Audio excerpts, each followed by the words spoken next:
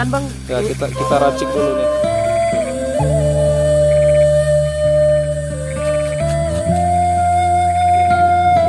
Gulai taboh. Wis, jadi gulai taboh iwaki yang kita nih disambut sunset.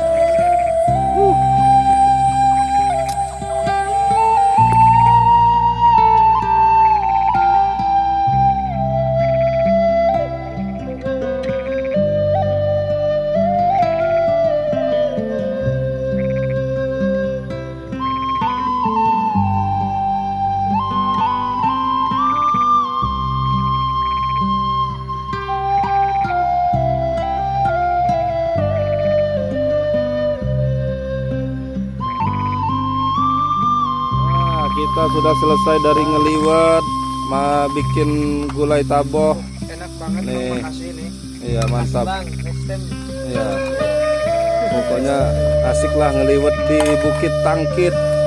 Kita bisa menyaksikan sunset yang sudah jarang, beberapa minggu ini sangat jarang sekali kita lihat sunset. Karena cuaca hujan terus. Luar biasa. Di depan itu kita lihat temiangan